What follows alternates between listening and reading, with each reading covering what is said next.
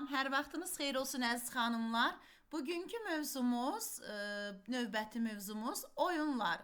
Baxaq görək nədir oyunlar? Oyunların mahiyyəti nədən ibarətdir? Oyunlarımız neçə yerə bölünür, hansılardır? Yəni oyun ümumiyyətcə uşaqların həyatında oyunun rolu nədən ibarətdir?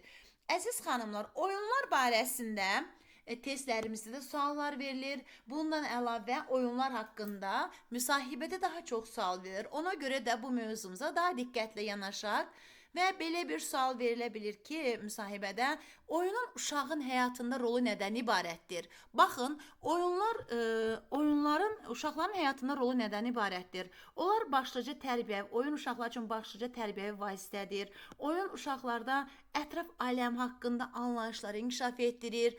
Ondan əlavə bütün bunlarla yanaşı, oyun uşaqların nitqini inkişaf etdirir. Oyunda uşaqlar bir-birinə kömək etməyi, ədalətli olmağı, bundan başqa onların hafizəsi, istedad, keyfiyyətləri inkişaf etdirilir və onlar oyunlar vasitəsilə müstəqil surətdə, yəni öz fikirlərini müstəqil surətdə çatdıra bilirlər. Yəni istədikləri müstəqil şəkildə çata bilirlər. Yəni oyun qarşıya çıxan çətinlikləri aradan qaldırmağı formalaşdırır. Həmçinin oyunlar vasitəsilə uşaqlarda hətta belə deyək, elə uşaqlar olur ki, oyunlar vasitəsilə qapalı uşaqlara açılışırlar, oyunlarla daha çox öyrənirlər, öz meyli, öz kollektivinə daha maraq göstərirlər. Maraq və meyllərini nəzərə alaraq oyunlar xarakterinə, məzmununa, o cümlədən rəngarəngliyinə görə, təşkilinə görə iki qrupa bölünür. Bunlar hansılardır? Deməli, oyunlarımız belə dedik ki, xarakterinə, məzmununa, rəngarəngliyinə və təşkilinə görə iki qrupa bölünür. Birincisi hansıdır? Birincisi yaradıcı oyunlar. Necə dedik? Yaradıcı oyunlar. İkinci hansıdır? İkincisi isə qaydalı oyunlar. Baxaq indi, yaradıcı oyunlar nədir? Qaydalı oyunlar nədir? Deməli, baxın xanımlar, yaradıcı oyunlar bizə uşaqları özləri tərəfindən düzəldilir. Yəni özləri tərəfindən düzəldilən oyunlar necə adlanır? Yaradıcı oyunlar adlanır. Yəni uşaqlar həyatda gördüklərini, cisim və hadisələr haqqında təsəvvürlərini, düşüncələrini, yəni uyğun olaraq bütün bunları onlar öz düşüncələrini, öz fikirlərini məhz oyuna gətirib çıxarırlar. Və həmin oyunlarda nə adlanır? Yaradıcı oyunlar. Yəni bu yaradıcı oyunların uşaqlarda yaradıcı təxəyyül rol oynayır. Yəni düşünürlər və düşündüklərini oyuna gətirib çıxardırlar və bu zaman bunlarda yaradıcı təxəyyül formalaşır və bu nəyə gətirib çıxarır? Yaradıcı oyunların formalaşmasına gətirib çıxarır. Və oyunun mövzusunu seçilməsi və qaydaların müəyyən edilməsi də az da olsa uşaq yaradıcılığı özünü göstərir. Yaradıcı oyunlar uşaqlarda rola girməyə, oynadığı rola öz münasibətini bildirməyə və bunu uşaqlarda öz fikrini ifadə etməyə gətirib çıxarır. Bundan da əlavə, baxın xanımlar, yaradıcı oyunlardan danışıq. Yaradıcı oyunlar özləri də öz növbələrində 3 yerə bölünürlər. Yaradıcı oyunlar özləri neçə yerə bölündü? Yaradıcı oyunlar özləri 3 yerə bölünürlər. Və hansılardır? Deməli, indi isə onların açıqlamasına baxaq. Yaradıcı oyunların növləri hansılardır? Baxın, birincisi sujetli, rollu oyunlar. Baxın burada sujetli, rollu oyunlar. Yaradıcı oyunlardan ilk olarak sujetli rollu oyunlar. İkincisine baxaq. İkincisi dramlaşdırılmış oyunlar. Baxın, nə dedik? Dramlaşdırılmış oyunlar. Dramlaşdırılmış oyunlar. Bəs üçüncüsü nədir? Üçüncüsü isə konstruktor oyunlardır. Nə dedik? Konstruktor oyunlar. Yəni konstruktor sözünün mənası nədir? Tikinti, quraşdırıcı oyunlar. Yəni bizə konstruktor oyunlar, tikinti, quraşdırıcı oyunlar kimi də adı verilə bilər. Bu sizi çaşdırmasın. İndi isə gəlin yaradıcı oyunların hər bir növünün ayrı-ayrılıqda xüsusiyyətlərinə baxaq. Yəni hansına aiddir? Yəni sujetli rollu oyunlar dedikdə nə başa düşürük? Dramlaşdırılmış oyun dedikdə nə başa düşürük? Və həmçinin konstruktor oyun dedikdə nə başa düşürük? Sujetli rollu oyunlar, baxaq sujetli rollu oyunlar nədir? Sujetli rollu oyunlar məktəbə qədər yaşlı uşaqlarla yaşlıların birlikdə fəaliyyəti nəticəsində tətbiq olunur. Yəni sujetli rollu oyunlarda həm yaşlıların, həm uşaqların birlikdə fəaliyyəti nəticəsində təşkil olunur. Burada əsasən uşaqlarda müstəqillik, fəallıq, yaradıcılıq rol oynayır. Yəni sujetli rollu oyunlarda uşaqlarda təqlid etmək bacarığı var. Yəni təqlid etmək bacarığı nədir? Yəni məsəl üçün belə deyək ki, tutaq ki, uşaq rola girir. Ana roluna, ata roluna, tərbiyəçi roluna, həkim roluna və s. Yəni təqlid edir. Onlar kimi davrana bilir onlar ki, məsəl üçün həkim roluna girir və yaxud da müəllimə rolunu oynayır. Tutaq ki, baxın, uşaqlar birlikdə oyun oynayır, deyirlər ki, sən müəllim ol, mən uşaq olum, şagird olum və yaxud sən həkim ol, mən xəstə olum və başlayırlar. Xəstə öz rolunda xəstə kimi davranır, həkim isə öz rolunda həkim kimi davranır. Və sırf bu belə olması uşaqların rola girməsinə adlanır. Baxın, sujetli rollu oyunlar adlanır. Bu sujetli rollu oyunlarda əsasən qurma və əmək işlərinə geniş yer verilir. Amma bu kiçik qruplarda olmur, bu artıq yuxarı qruplarda olur. Yəni yuxarı qruplarda uşaqlar qurma və əmək işlərinə də geniş yer verirlər. Amma digər qruplarda isə məsəl üçün kiçik qruplarda sadəcə olaraq rola girirlər, rollar əsasında danışırlar. Ancaq artıq digər qruplarda isə bu mürəkkəbləşir. Böyük qruplarda, yəni yuxarı qruplarda bu mürəkkəbləşir. Necə olur? Qurma və əmək işlərinə, məsəl üçün hər hansı bir əmək işi düzəldirlər və yaxud da ki, hər hansı bir əyani vəsaitlərdən istifadə edirlər. Bu formada onlar artıq sujetli rollu oyunları oynaya bilirlər. İkincisi nədir demişdik oyunlar? Dramlaşdırılmış oyunlar. Gəlin baxaq dramlaşdırılmış oyunlara baxaq. Dramlaşdırılmış oyunlar nədir? Deməli, dramlaşdırılmış oyunlar bədii əsərin məzmununu öyrənməyə, hadisənin daxilinə girməyə kömək edir. Baxın, hadisənin daxilinə girməyə kömək edir. Dramlaşdırmaq mühüm əhəmiyyət kəsb edir. Dramlaşdırılmış oyunlar öyrədici, təlimləşdirici xarakter daşıyır. Baxın, nə dedik? Dramlaşdırılmış oyunlar öyrədici və təlimləşdirici xarakter daşıyır. Baxın, həm dramlaşdırılmış oyunlarda, həm də sujetli rollu oyunlarda məhz, yəni rol mühüm rol oynayır. Uşaqlar rola girirlər. Dramlaşdırılmış oyunlarda da, sujetli rollu oyunlarda uşaqlar rola girirlər. Yaxşı, bəs bunların fərqi nədir? Baxın, sujetli rollu oyunlarda nə dedik? Uşaqlar ana roluna girə bilir, ata roluna da girə bilirlər, həkim roluna da, tərbiyəçi roluna da girə bilərlər. Amma dramlaşdırılmış oyunlarda isə sırf əsər, bədii ədəbiyyatdan, yəni sırf əsəri roluna. Yəni, məsəl üçün, belə deyək ki, Koroğlu rolunda və yaxud Nigar xanım rolunda, Həcər xanım rolunda, yəni ki, sırf ədəbiyyat, sırf əsər, hər hansı bir əsərdən götürülür dramlaşdırılmış oyunlarda. Məsəl üçün, belə deyək ki, böyük qruplarda deyək ki, asan rollar deyək ki, məsəl üçün Turpun nağlında onlar rola girirlər. Baxın, Turpun nağlında əgər onlar rola girirlərsə, Turpun nağlı artıq senarisi hazırdır. Yəni bilinir ki, Turpun nağlında söhbət nədən gedir? Əgər onlar bu formata, baba roluna, nənə roluna girirlərsə, yəni məsəl üçün nağılda və yaxud hər hansı bir əsərdə və hansısa bir şeirdə onlar rola girirlərsə, bu zaman bu hansı rol olacaq? Bu dramlaşdırılmış rol olacaq. Ancaq sujetli rollu oyunlarda necə idi? Özlərindən senari qururdular. Məsəl üçün, gəlir ki, bir uşaq deyir ki, mən müəlliməyəm, mən həkiməm. Yəni, gəlir, salam uşaqlar, salam.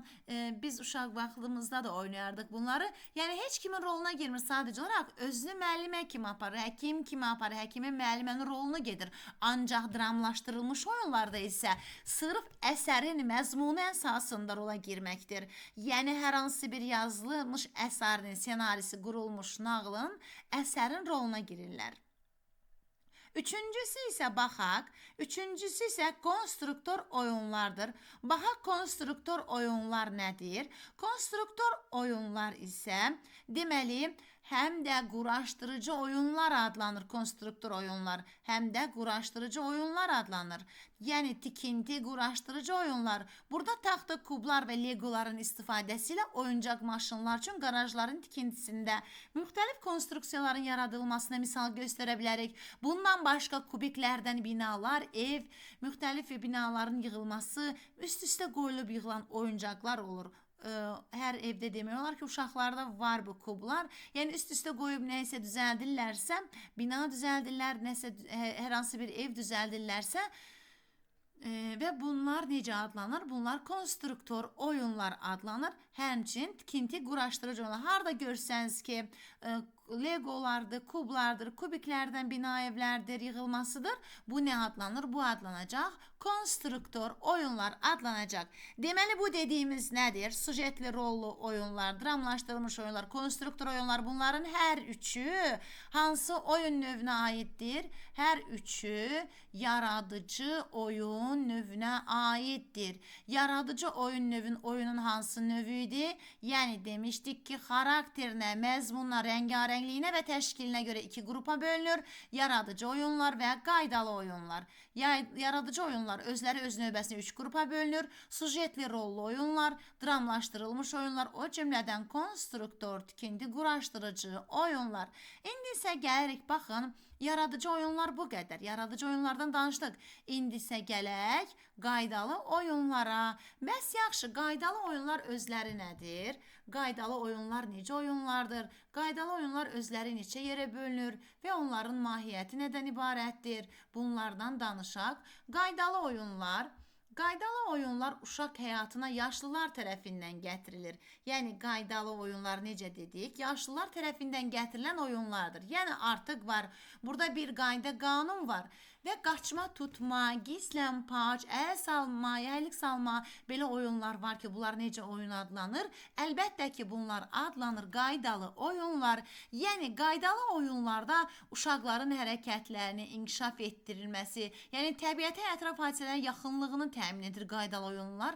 Qaydalı oyunlar hər hansı bir qayda əsasında yaşlılar tərəfindən gətirilən və bizə gətirilən oyunlardır.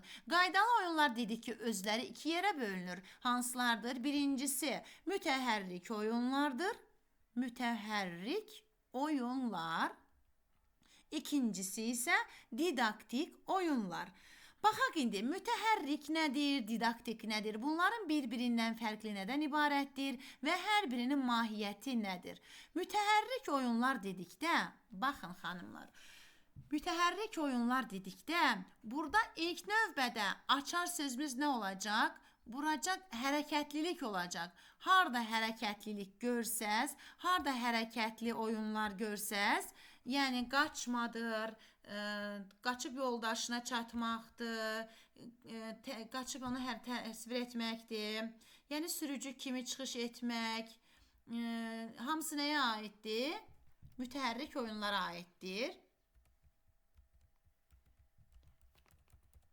Məsəl üçün topu tutmaq, yəni o cümlədən yoldaşına çatmaq.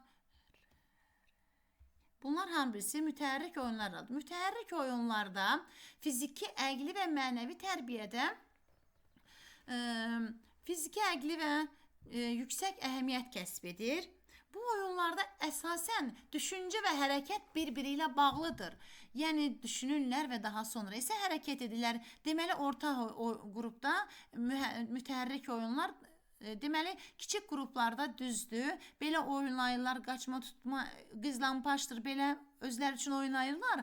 Ancaq baxın xanımlar, ancaq artıq böyük qruplarda isə bu mürəkkəbləşir növbə ilə, qayda ilə, qanun ilə. Məsəl üçün İndi sən yummusan, mən gizlənmişəm, mən səni tapdım, indi sən yummalısan, mən gizlənməliyəm.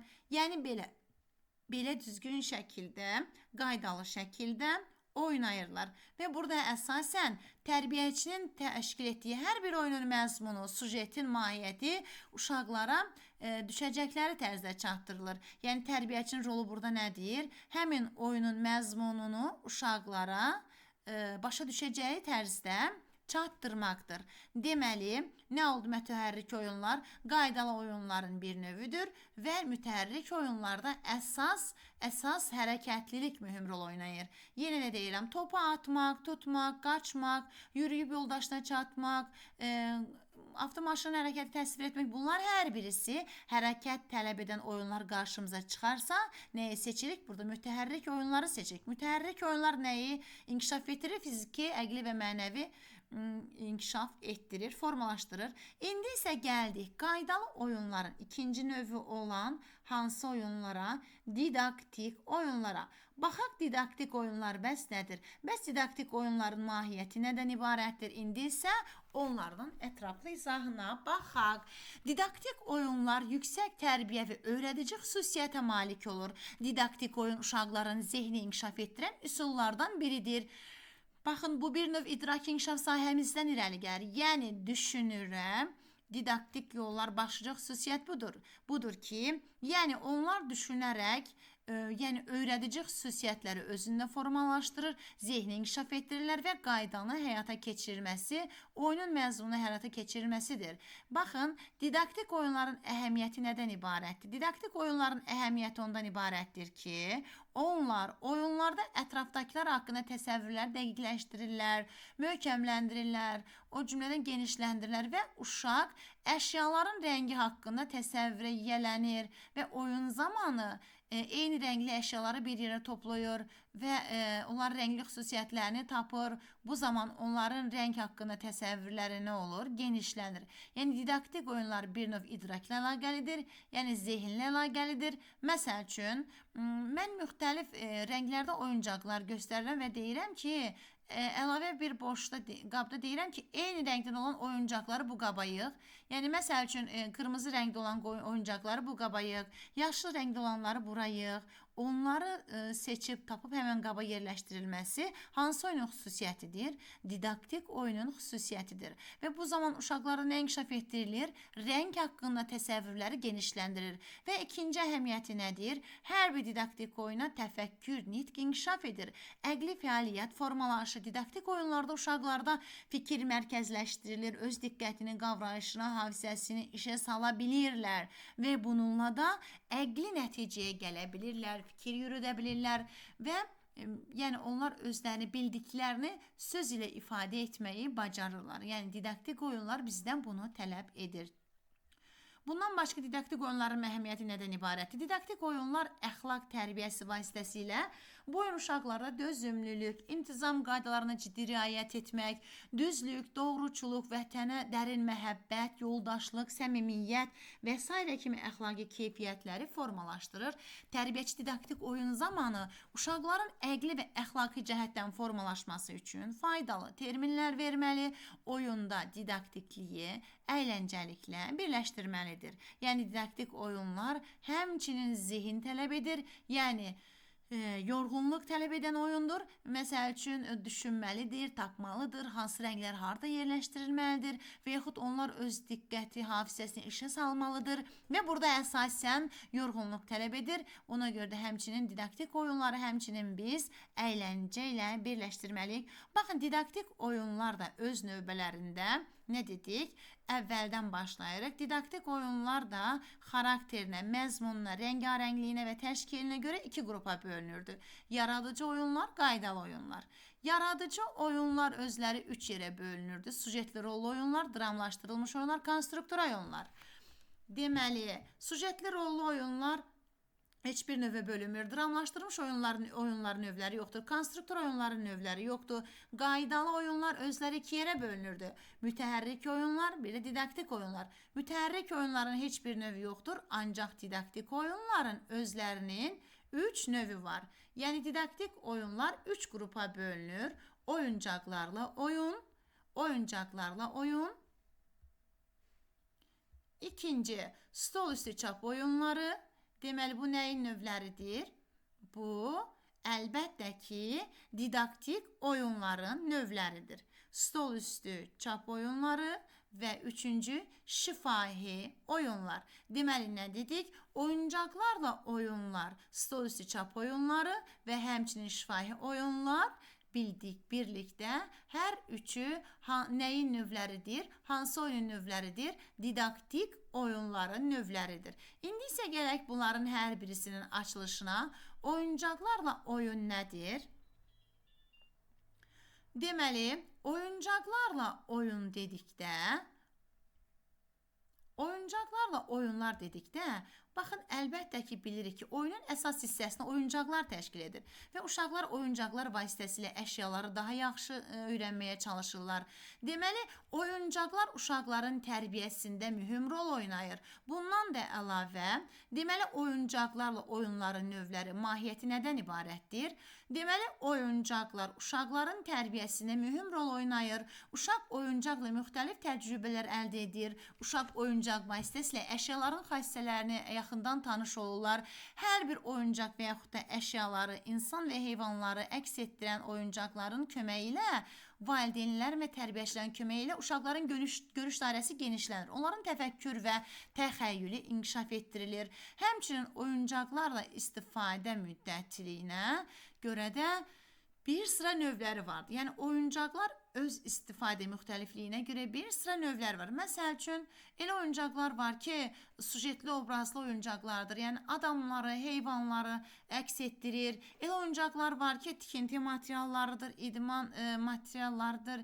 Yəni, elə oyuncaqlar var ki, kukla teatrıdır, kölgədir, yəni personajlardır, dramlaşdırma üçün oyunlar, kostyumlardır, yolku oyuncaqlarıdır, əyləncə üçün oynanan oyuncaqlardır.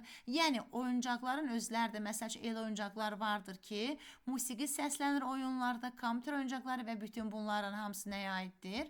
Oyuncaqların növlərinə. Oyuncaqlar uşaqların təsəvvürlərini genişləndirir, təxəyyülünü inkişaf etdirir. Bir növ uşaqlar vasitəsilə biz inteqrasiya keçmiş, yəni bunu inteqrativlik prinsipi ilə də eyniləşdirmək olar. Yəni, məsələn, uşaqlara bir var oyundan danışırıq, bir də oyuncaqlar vasitəsilə uşaqlar daha yaxşı öyrətmiş olur, inkişaf etmiş oluruq. Bu zaman təlimi asanlaşdırmış oluruq. Yəni, oyuncaqlar həm də təlimin asanlaşdırılması üçün də mühüm rol oynayır. Yaxşı, bəs didaktik oyuncaqların növləri hansılardır? Deməli, bunları qarışdırmayaq. Hər bir oyunun özünün növü var. Həmin növlərin içərisində də oyunların növləri çıxır və onların da içərisində onların növləri çıxır. Diqqətli olsaq, oyunlar mövzusu biraz mürəkkəb mövzudur, amma diqqətli olsaq, onu öyrənə biləcək. Yaxşı, bəs didaktik oyunlar növləri hansılardır? Didaktik oyuncaqların, baxın, hissələrə ayrılan oyuncaqlar, qurma üçün oyuncaqlar, bir var hissələrə ayrılan oyuncaqlar, bir də var qurma üçün olan oyuncaqlar. Stol üstü çap oyuncaqları. Baxın, deməli, necədir? Məsəl üçün, hissələrə ayrılan oyuncaqlar hansılardır? Hissələrə ayrılan oyuncaqlar, məsəl üçün, hər hansı bir heyvan fiquru göstəririk.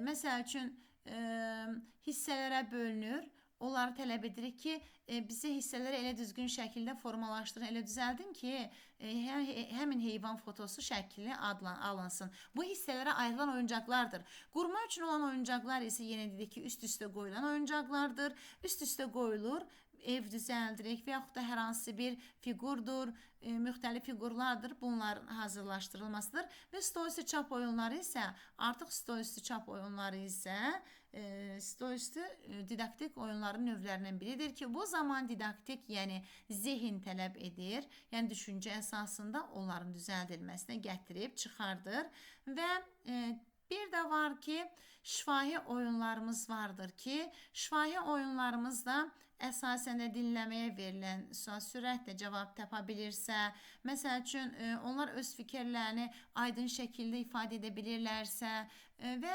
şifahi oyunlar əsasən uşaqlarda müəyyənləşdirmək, müqayisə etmək, seçmək və s. kimi bacarıqları uşaqlarda formalaşdırır və şifahi oyunlar, yenə də deyirəm, məsəl üçün sual-cavabdır, bunu misal göstərə bilərik, tapmacalardır, bunları misal göstərə bilərik. Tapmacanı onlar şifahi şəkildə tez bir zamanda sürətli cavab verməyə çalışırlar. Bu nə olacaq? Bu şifahi oyunlar olacaq. Deməli, oyunların digər növləri də var. Onları keçməzdən əvvəl bir daha təkrar edək, əziz müəllimlər. Deməli, nə dedik? Oyunlarımız xarakterinə, məzmununa, rəngarəngliyinə və təşkilinə görə iki qrupa bölünürdü. Yaradıcı oyunlar və qaydalı oyunlar. Yaradıcı oyunlar özləri 3 yerə bölünürdü. Sujetli rollu oyunlar, dramlaşdırılmış oyunlar, konstruktor oyunlar. Baxın, Bir daha deyiləm, yaradıcı oyunlar deməli məzmununa və rəngarəngliyinə və təşkilinə görə oyunlar 2 yerə bölünür. Yaradıcı oyunlar və qaydalı oyunlar. Yaradıcı oyunlar özləri 3 yerə bölünür. Sujetli rollu oyunlar, dramlaşdırılmış oyunlar və konstruktor tikinti quraşdırıcı oyunları. Qaydalı oyunlar özləri 2 yerə bölünürdü. Mütəhərrik oyunlar, didaktik oyunlar. Mütəhərrik oyunların heç bir növü yoxdur, ancaq didaktik oyunlar özləri neçə yerə bölünür demişdik. Didaktik oyunlar özləri 3 yerə bölünür, 3 qrupa bölünür. Oyuncaqlarla oyun, stol üstü çap oyunları, şifahi oyunlar və həmçinin didaktik oyuncaqların növləri hansılardır? Hissələrə ayrılan oyuncaqlar, qurma üçün oyuncaqlar, stol üstü çap oyuncaqlar. İndi isə gəlin oyunların digər növlərindən danışaq sizin üçün. Digər növləri hansılardır? Təklikdə oyunlar, baxın təklikdə oyunlar, paralel oyunlar, əməkdaşlıq oyunları, sərbəst oyunlar, sensomotor oyunlar, konstruktorla oyunlar, sujetli rollu oyunlar və simvolik oyunlar. İndi isə onların hər birinin ayrı-ayrılıqda açılışını sizlər üçün verirəm. Təklikdə oyunlar nədir? Materiallar və ideyalarla tək başına oyundur. Yəni uşaqlar tək başına oynamağı xoşlayırlar. Yəni başqa uşağın onların yanına gələrək oynamaqlarını sevmirlər.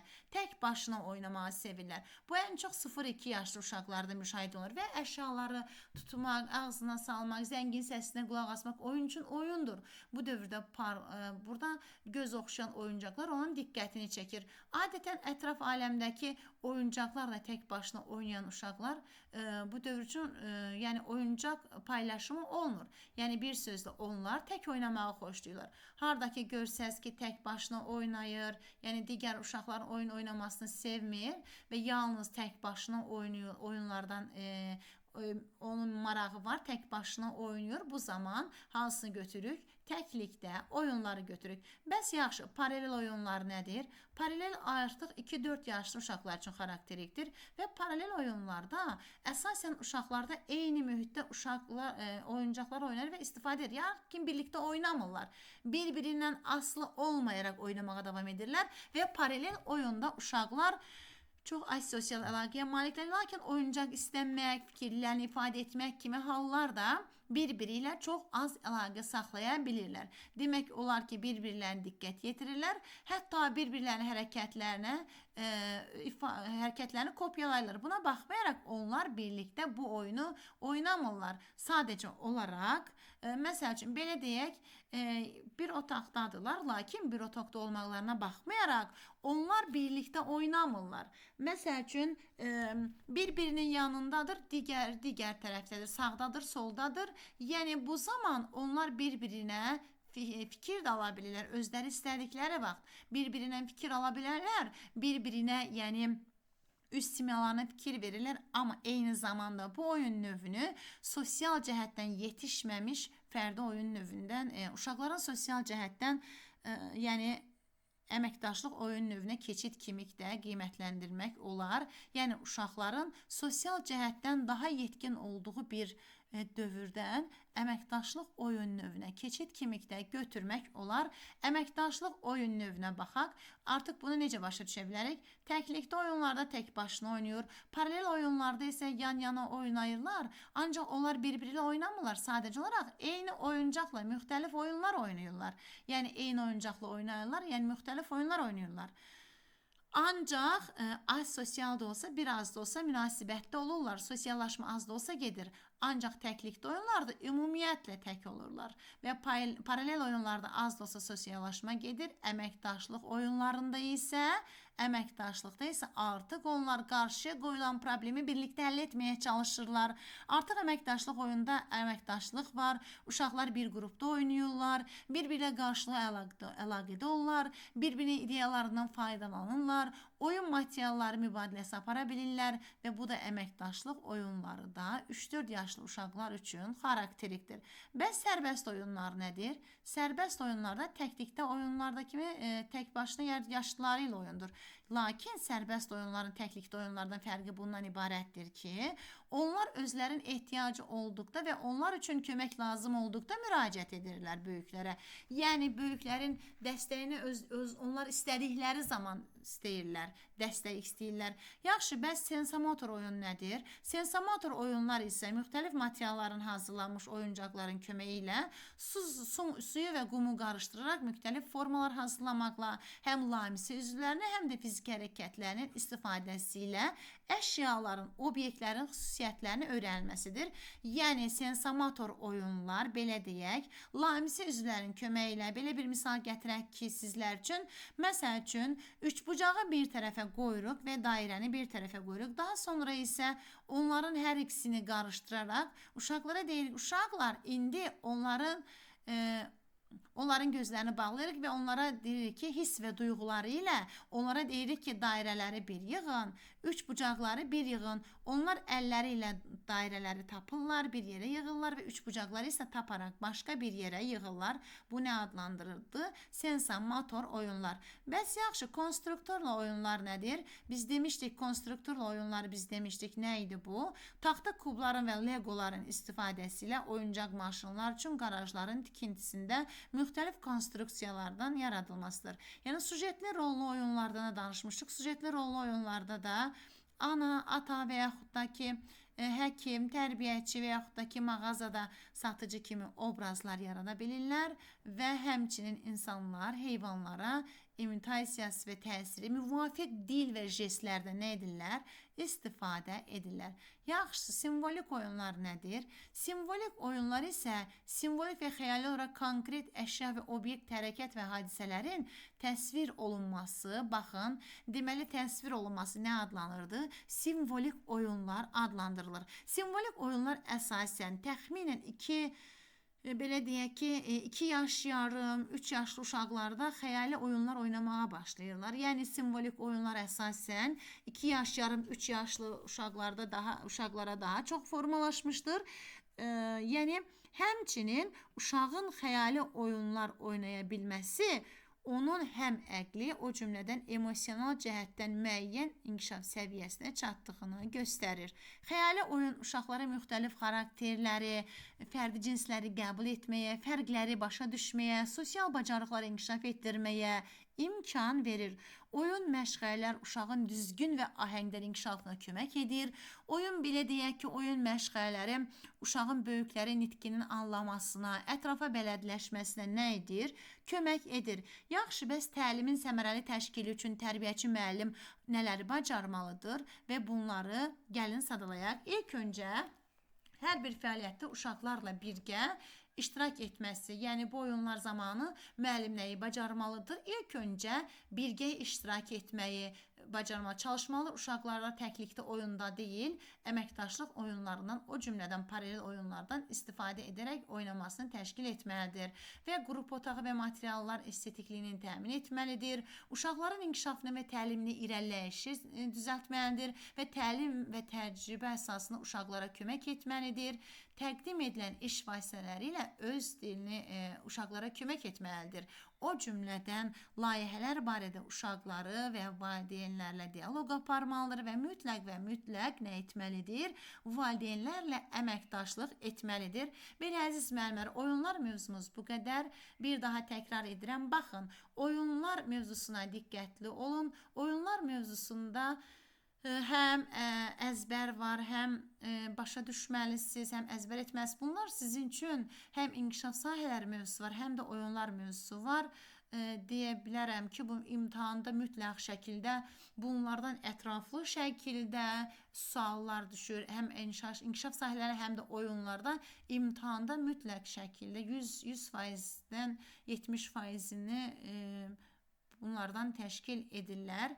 Yəni bütün proqramdan düşə bilir, bilmək olmaz tam olaraq ən çox bu dəfə nədən düşəcək, amma keçən il olan imtahanda bu suallardan əsas oyunlardan və inkişaf sahələrindən daha çox düşmüşdü.